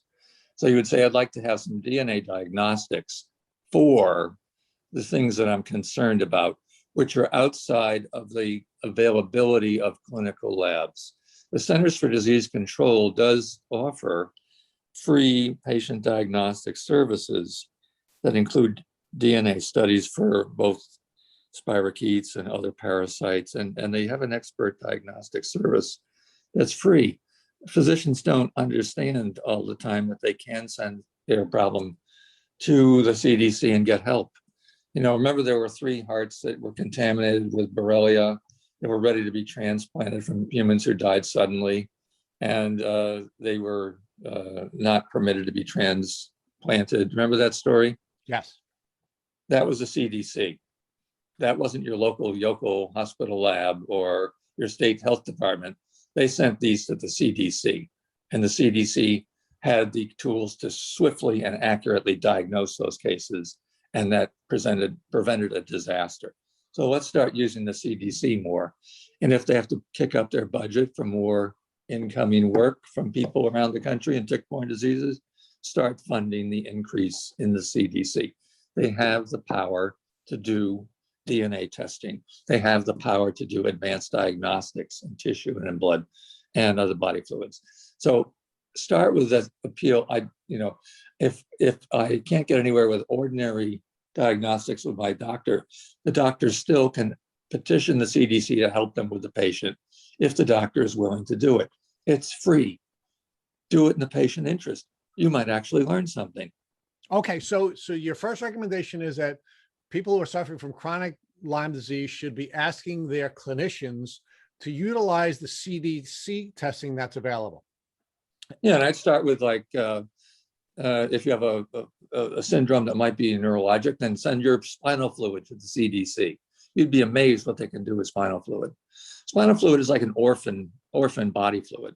Neurologists do some of it, but we don't really. In the era of syphilis, they would have morning spinal fluid taps in the syphilis ward, and look at the spinal fluid and assess the progress of the disease based on what the spinal fluid is doing. That's virtually unknown today. The spinal fluid study should be reinstituted because it has a lot of very valuable stuff that can come out of study of the spinal fluid if you have a neurologic problem. Let's do more biopsies. If you have a heart problem and it's not coming up with any kind of diagnosis, do a right heart biopsy and see if the bug is in the heart. If you have a problem with the liver, do a percutaneous needle biopsy with CAT scan guidance and get a piece of deep liver and work with that. If you have another organ system like let's say spleen or kidney, do tissue biopsies and then send them for molecular studies and let the DNA work in service of you and work in service of educating your doctor. It's free. Now, while the CDC testing is being done and someone is now looking to prophylactically treat so that they can reduce the microbe load, and we're going to talk about the immune system in a minute, do you recommend that they request an antiviral, an antiparasitic, and an antibacterial medication so that they can have that type of prophylactic protection? Well, I don't think prophylactic is quite the right word, but I would not spend as much time thinking about viral. If you're going to do treatment for what is now a bacterial condition, then let's hope that some bacterial active agents could work. If you're going to do something that's parasitic, use parasitic active agents. They're not really dangerous. Just to start out, people have gotten into trouble sometimes with very, very long-term therapies where the IV lines get infected and they get infected with fungus and stuff. But I would open up the idea that a course of antibiotics can, in some patients, change a seronegative lab test to a seropositive test. So you start on antibiotics, and then after antibiotics for 3 weeks or so, you do another round of blood testing, and you may find that the patient becomes seropositive. Sometimes the antibody is hidden inside what's called an immune complex. And that means that the antigen, which is a protein, and the antibody, which is immunoglobulin, lock onto each other, and they don't react in normal antibody protection serologies. But if you bust open the immune complexes, then you have a chance to detect the infection. So some of those things have really paid off for people who had this immune complex disease problem. And one of the things I'm working on right now is that the biofilms, which are chronic colonies of the bug, and they may be in tissue or may circulate in blood, they may actually function like the immune complexes of smaller size in some patients' immune complex disease. That there's a solid thing, and that's the biofilm, and the antibodies lock onto it because it recognizes the infection, and because it's taken out of solution and now is in a particulate solid form, it is unavailable to be detected by blood testing. So if you open up those things and release the bound antibody, you'll be able to detect it.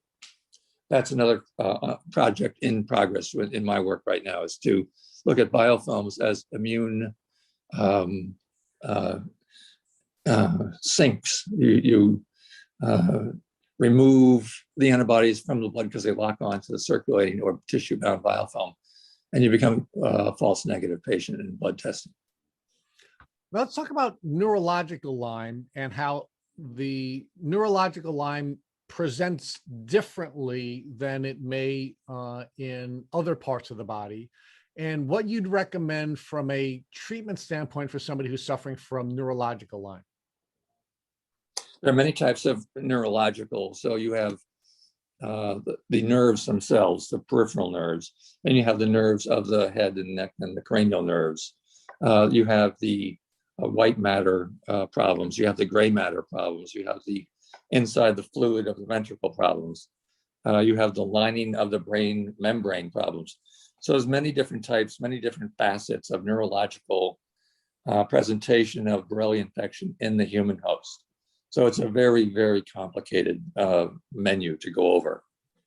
Okay. And you would start with the spinal fluid, because the spinal fluid bathes all the tissues. You start with a good spinal fluid sample, and then you would do DNA detection for Borrelia DNA in the spinal fluid. And then you do other tests too. They don't, if you take a spinal fluid specimen, it's 4 tubes. Each one has about half a cc to 1 cc.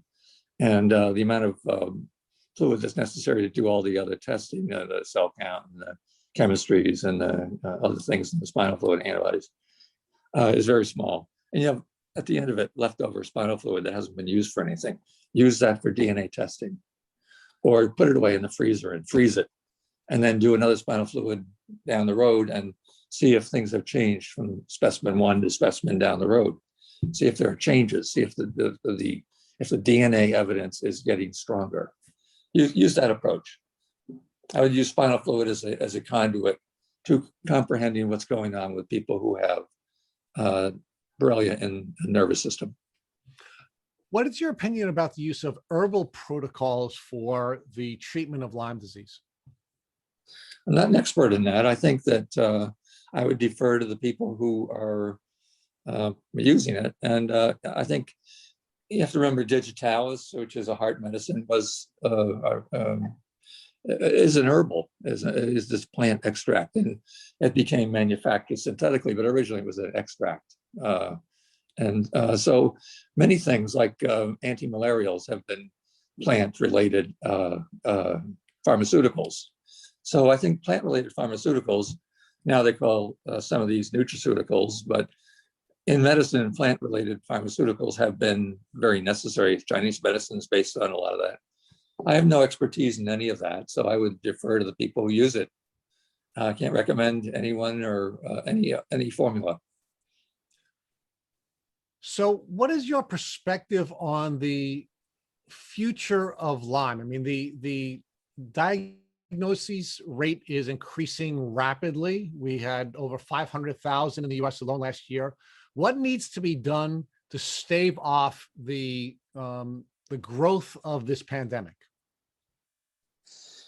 It's a problem not only in the United States, but in Canada. Canada is actually retracing the steps of the United States as the problem moves into, ticks are moving across the border. So Canadian cases are becoming more and more numerous. And in other geographies too, they're having better recognition of tick-borne diseases. I think that you start out with the basics of the earliest and easiest to comprehend, and then you move on to the understanding of the many, many complexities. You have to spend time and keep yourself educated so that you can recognize unusual forms of the disease. Keep your eye open, keep your antenna up, I guess is the right word, so that you can get the TV signal. If you don't have your antenna up, you won't get the TV signal. You won't, if you don't read, you won't know that Lyme disease can paralyze both leaflets of the diaphragm and create a breathing problem. Lyme disease can paralyze the larynx. Lyme disease can blind you. Lyme disease can cause deafness. Lyme disease can cause lymphoma-like growths to develop in your body. Some of them are pseudo-lymphomas. In Europe and in Italy, they're real lymphomas. So you have to be a student that wants to learn in order to keep up with all this. So in the past, you were shunned, and in the past, you were not given access to medical journals, but some of that is beginning to turn the corner. And there are some folks who are, I'll say politely, borrowing some of your work and taking some credit for it, which I think is rude, but on some level encouraging, because they're obviously acknowledging that you are doing good work. Some of what you had discovered in the past is becoming mainstream, and most recently you discovered that some of the work that you were trying to get published is in fact becoming published, and you discovered some of that today. So talk to us about those changes and whether or not you're beginning to feel vindicated by some of those changes. Well, I think the wake-up call for this morning is something I'd like to tell you about it. Please. I woke up this morning and I looked at the Canadian Lyme site, and I found that there's an article from Columbia Presbyterian with Dr. Fallon's group, which describes detecting Borrelia spirochetes case study with validation among autopsy specimens. I said, "Ooh, autopsy Lyme at Columbia. What did they find?" They found that a patient who had Lewy body disease in the brain, and whose disease was preceded by past episode of Lyme disease many years before, up to 14 years before, still had Borrelia DNA and Borrelia proteins in the Lewy body autopsy brain. And I said, wow, that's an eye-opener. That's not quite Alzheimer's, but it's a dementia, and it's a connection between Borrelia infection and a brain degeneration. And I said, wow, that is so wonderful. In 2015, 2016, I published a poster, which is entitled Diffuse Cortical Lewy Body Dementia, 2 cases linked by fish DNA hybridization studies and immunohistochemistry to tertiary Borrelia in the Lewy body brain. I don't know whether Columbia was aware of that poster. I got it published way back when, but I'm glad that they've done their work, because now I'm going to resubmit this poster to be considered by maybe the New England Journal of Medicine. If Columbia has paved the way for me, maybe I can get this very new article old article into a new journal. It's fascinating. It's heartwarming. It makes an old man smile. Well, it's making this old man, who's a little bit younger than you, smile, and young man Matt smile as well. So of course, that sort of ties back to what we were talking about before, which is the importance of getting this type of research published in mainstream journals so that the standard of care can change, and clinicians would then have the freedom to treat people the way we deserve to be treated. There's a nice kind of a flashback in syphilis. It was around for 500 years, and it had so many different ways it could present in human infection. The skin and the dead babies and the bone and the eye and the ear and the liver and every single organ, the aorta, everything in the body could be affected by syphilis. The last thing that was brought under the approved by the medical profession manifestation of syphilis was one condition. What do you think that was? General paresis, dementia of the insane. Brain rot was the last thing that was brought into the syphilis approved category of medical practice. And the person who did that, who broke through that barrier, because up until that time they said, well, the people can have syphilis, but they can also have old age disease of the brain, and they're not connected. And there was a guy named Hideo Noguchi, who was a wonderful researcher at the Rockefeller. And he decided to look at some autopsy brains. And he found that in people who have died in sanitariums, in Long Island, like Pilgrim State and the big ones, took their brains and analyzed, and they found that Borrelia spirochetes were present in the syphilitic brain. And that opened up the whole thing for treating people who had general paresis dementia of syphilis with antibiotics. And that made them candidates for therapy, and many of them were cured. I'm doing the same thing that Gucci did with Alzheimer's disease. And now I'm going to be doing it with Lewy body disease. And maybe if I'd gotten a chance to get in with Robin Williams before he got really, really sick, maybe he could have been rescued, maybe with some antibiotics, just maybe. I'll never know. Dr. MacDonald, I did want to share with you that somebody had reached out to us recently talking about Robin Williams and the role maybe parasites and Lyme and co-infections could have played in his health issues. So what are your thoughts on that? When he died, I wanted a piece of his brain very, very, very, very badly, because I'd already published my Lewy body and Borrelia poster. And people on the West Coast who had some influence tried to get me to get connected to the people who had the access to the tissue, and it didn't work. But it is fixed, it's put away, it's in formalin, it's not gone, it just hasn't been reopened. So it's like, maybe someday I'll be able to get some of the preserved tissue and see if that was a connection. I'd love to know. So I do just have to kind of follow up on something we touched on earlier, which is the whole Lyme and cancer connection. So you've done some preliminary studies that show that cancer tumors have not only Borrelia in them, but also these nematode parasites as well. So what is that? What do you think that really means? Do you think there's a connection? Do you think that's a coincidence? Or do you think that really further research needs to be performed before we can kind of make any conclusions on this? You're kind of opening up the door to the glioblastoma work that I've done. Is that what you're opening up for me? Yes. Okay.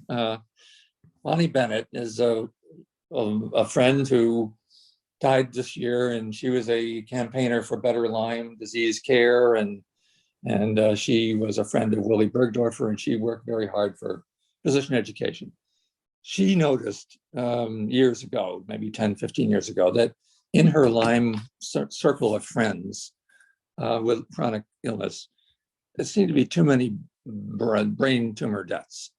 And so she postulated that there might be a connection between the chronic infection of Borrelia and the brain tumors. And it took me a while to kind of get my act together, but I did contact a friend who was a pathologist, is a pathologist in Long Island and Brookhaven.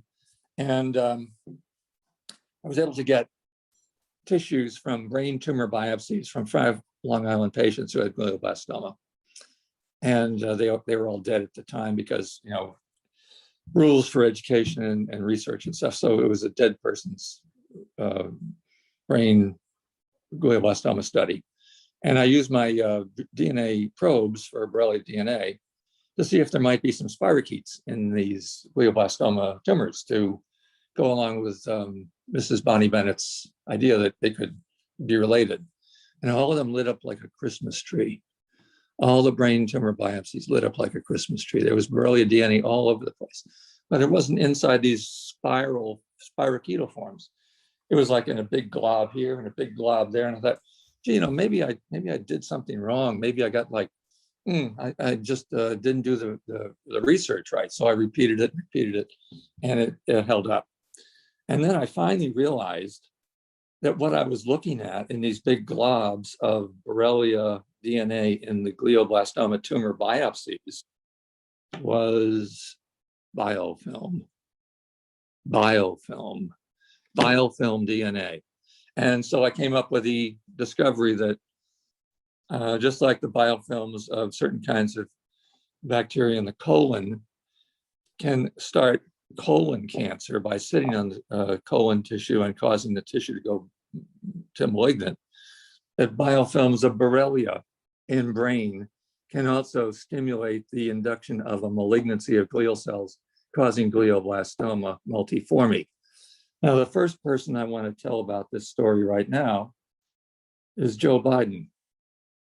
I want the president to know about this one for obvious reasons. And I want Mrs. McCain to know about this discovery. And I want other people who have lost their dear family members to glioblastoma to maybe go back and have the hospital autopsy send some of that stuff to me so I can see if their brains also have Borrelia biofilms in those glioblastoma tumors. And if that's true, then there will be antibiotic, in part, therapy for glioblastomas. But that has to be done with some bigger studies. But I got 5 of 5 cases. And I've got an idea that the biofilm, big glob, can do nasty things in tissue. And biofilms of E. coli and colon can cause colon cancer. And biofilms of Borrelia in brain can cause glial brain malignancies, glioblastomas. Biofilms in the European acrodermatitis lesion, where the skin gets paper thin, can sprout squamous cancers. And they have biofilms in those lesions too. So some Borrelia biofilms could actually, when they sit on a tumor site, cause the tumor to grow. That will also get me expelled from any country club. So Dr. MacDonald, as far as the testing that you're using to look at this is not standard testing, right? So your fish testing that you do, it requires a certain methodology that's just not being done by other people. And is that why you believe others aren't finding this connection, because they're not doing the same testing that you're doing, right? Yeah, there was a lot of work for me to become molecular. You know, I used to be silver stains, then I used to be antibody stains, and I, got better and better. And then I decided, the future is like in the graduate, it was like plastics. Remember plastics in the graduate? That was like growth industry. For me, it's molecular DNA. That's the growth industry. So I had to acquire some DNA skills, and it took me about 4 or 5 years to get up to speed. And now I'm really outfitted with a lot of DNA probes that are Borrelia related, Borrelia focused. And they are wonderful, wonderful things. And I've given them away to people who have used them in their research, and they've raved about how good they are, because they can find Borrelia forms that don't pop up with other types of stains. So they really give you a better version of what's actually going on in truth in the diseased tissue. So the DNA diagnostics are the way to go. And it's like forensic. It's like, it's admissible in a court of law, and it can't be shouted down by the opposite side. DNA rules. So it's a definitive test, and it can't be said that this is a false positive, like I said, in many cases with the antibody testing, correct? Absolutely. So I do want false positive DNA tests if it's properly done. 0. So I do want to follow up. You did talk about, mother to child transmission of Borrelia, and that's sort of been widely accepted now in the Lyme community. But another controversial topic is sexually transmitted Lyme disease. And one of the things we learned while researching you in preparation for this podcast is that there are some studies that aren't really well known out there, specifically a study that was done showing that in, I think, dogs it was, that Lyme was transmitted from sexual transmission from one dog to another. So can you speak more about what your beliefs are, understanding that there's really no definitive answer yet, but do you believe that Lyme disease can be sexually transmitted from one partner to another? Yes, I do. Remember that in the day, in order to get a marriage license, when syphilis was in its heyday, you would have to have a blood test. And the blood test wasn't for mononucleosis. The blood test was for syphilis. And if you had a negative blood test and, both sides negative, then you could get a marriage license. And if either side was positive, no marriage license was issued. Why? Because they weren't really super focused on the adult patients. They were focused on the potential unborn infant, right? And so that's an example of sexual transmission of a spirochetal disease from one partner to another. Now, if it can happen in syphilis, it can happen in borreliosis, period. End of sentence. If it can happen in syphilis, it can happen in borreliosis. And I don't need to go through all the other whys and wherefores. I was in on the research which Stricker and company did, and which was shouted down by the naysayers, but it's good evidence. And they showed that in some partners, they had the same, male and female had the same infection, although neither of them had a tick bite, neither of them had Lyme disease, but they had DNA evidence of the infection in their sexual body fluids. So DNA rules again. And what is ordinary and non-controversial in syphilis, sexual transmission, should be ordinary and non-controversial in Lyme disease, borreliosis, period. So sort of related to that topic, Dr. MacDonald, is you were involved in a study where a man was tested after being on consistent antibiotics for almost 7 years, and you found various strains of the Lyme bacteria in both his testicles and his brain, in addition to nematode eggs as well. So why do you think that Lyme persisted in this particular case study in this gentleman's brain and testicles after almost 7 years of continuous antibiotic treatment? And what does that mean for everybody else who's listening to this? I think you're talking about the Minnesota Yes. man who lives in the woods and who was very sick. Yeah, so you're absolutely right. And he was a casualty. I don't know why he didn't get a better result, but I think that biofilms are more difficult to eradicate than single spirochete. So when you go from single spirochete early disease to biofilm in chronic disease, you hit a brick wall, because the ordinary doses of antibiotics and the antibiotics which were being used back then, and remember now we're using cancer chemotherapy drugs on biofilm Lyme, but back then they were just using oral penicillins. He didn't have a chance, because once he got to biofilms and he didn't get a biofilm program that was effective, he was toast. And so that's what happened to him. And it was in the pre-biofilm era, but he does have biofilms in his autopsy tissue. He also was from Minnesota, and he had a Minnesota strain of Borrelia mayonnae in his autopsy tissue. It's the first case in the world of that. Dr. MacDonald, I want to take you back for a second to the dementia issues that we were discussing. I recently saw a piece on 60 Minutes. I shouldn't say recently, sometime in the last year, where there was an NIH-sponsored study of a community in Florida, a study where all the citizens before they moved into this community had to go through a battery of tests, and they were very fit, and it was this sort of this fit community.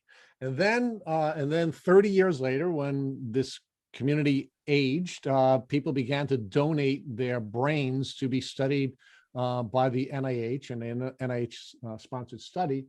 And what the researcher was looking to determine is what factors would make it more likely that someone would suffer from dementia or not. And part of what she argued in the 60 Minutes piece was that it looked like dementia was a series of mini strokes that were causing brain die-off. Do you think she may be wrong about that? And what she was really observing was portions of the brain that were dying off as a result of biofilm, and that this sort of collectively developed to the point where there was large-scale brain die-off and brain dysfunction? Well, multi-infarction dementia has been around and established in people who have conditions where the blood vessels are diseased. So that's one of the established types of subcategories of dementia, is a multi-infarction pattern of dementia. So you, little by little, rather than having a big stroke, you have lots of little areas of injury, and the brain tissue disappears as each one of those events proceeds. Now, since my biofilm work has not gotten to the point where I have access to that type of brain tissue, I can't tell you whether there are any connections between Borrelia biofilms or maybe other infection biofilms. Remember, E. coli and other things can make biofilm too, so it's not the only biofilm on the block. But if a bacterial biofilm could move from the blood to the brain and then hit a capillary where it can't get across, it will cause tissue injury or death. So that would be like a mini stroke. And if you have a whole bunch of biofilms, then you have a whole bunch of mini strokes. And that's a pathway which hasn't really been considered very much. You'd think of cholesterol crud as the cause of strokes and blood vessels and brain and many strokes and stuff like that. But there's also an amyloid connection where you can have an amyloid disease deposit, and it weakens the blood vessel, and then you can get hemorrhage from that. And I've got some research now underway where I have a patient who died of Alzheimer's disease. It's not controversial. I found that there were Borrelia spirochetes in the brain, but I also looked at the blood vessels, and I found that some of them had what's called congophilic angiopathy, which is a amyloid deposit of this gummy substance in the wall of the blood vessel, and then it weakens it, and they have injuries there and problems. And in that amyloid, just by luck of the draw, I found that there were Borrelia proteins inside the amyloid gunk. What does that make you think of? It makes me think of biofilm remnants covered with amyloid, right?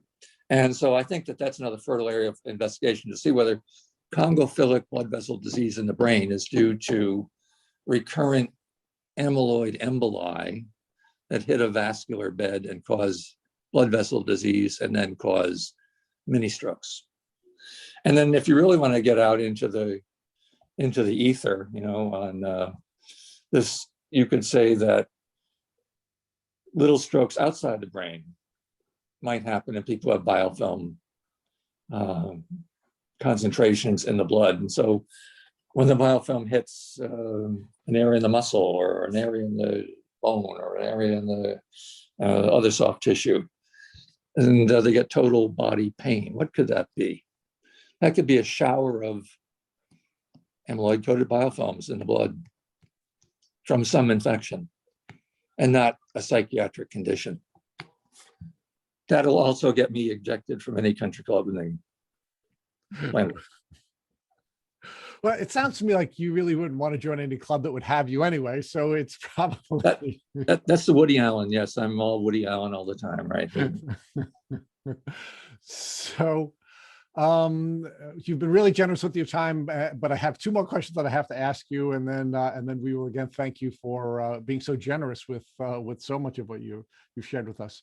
The second to last question I want to ask you is where are the places that are offering you hope? I mean, there's much to be depressed about with this growing pandemic.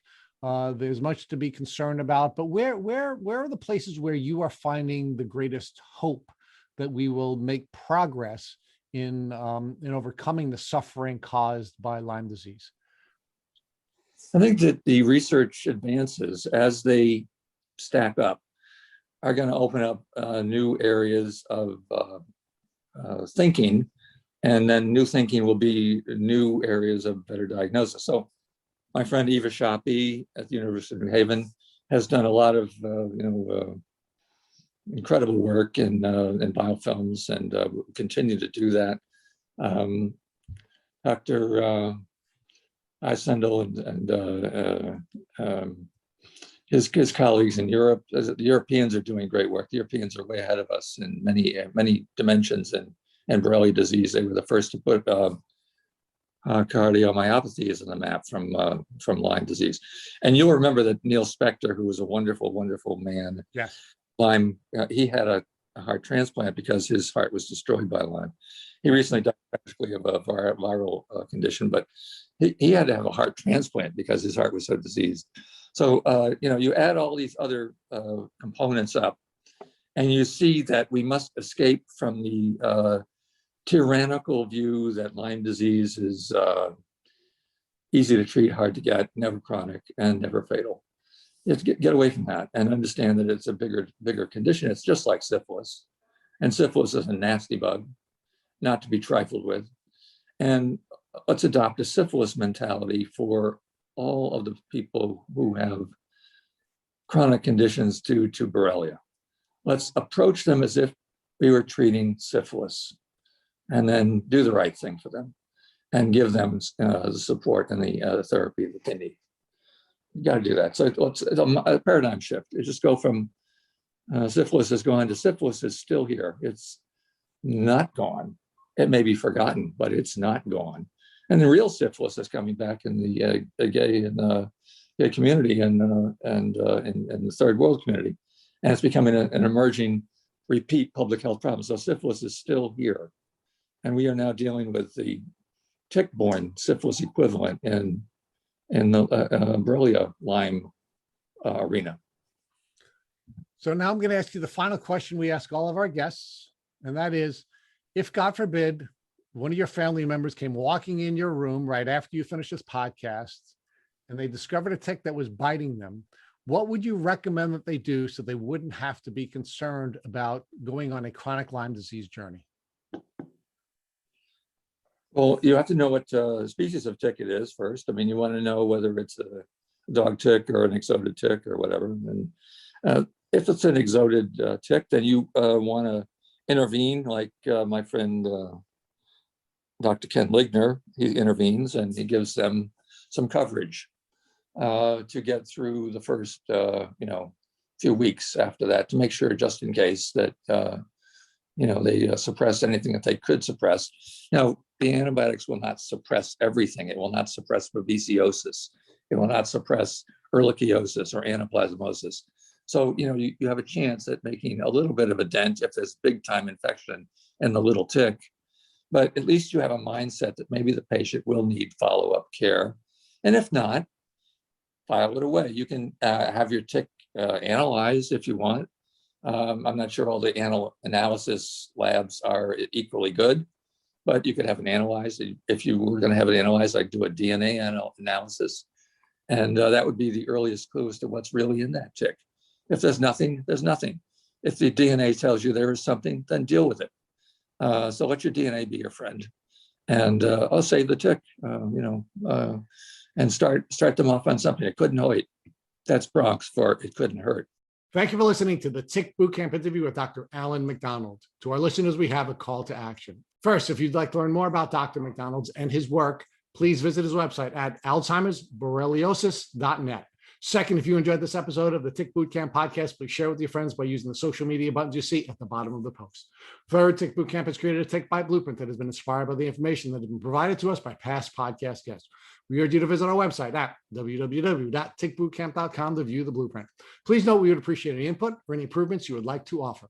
Fourth, don't forget to subscribe to this podcast on iTunes, Google Play Music, or Spotify to get your automatic episode updates of our Tick Bootcamp podcast.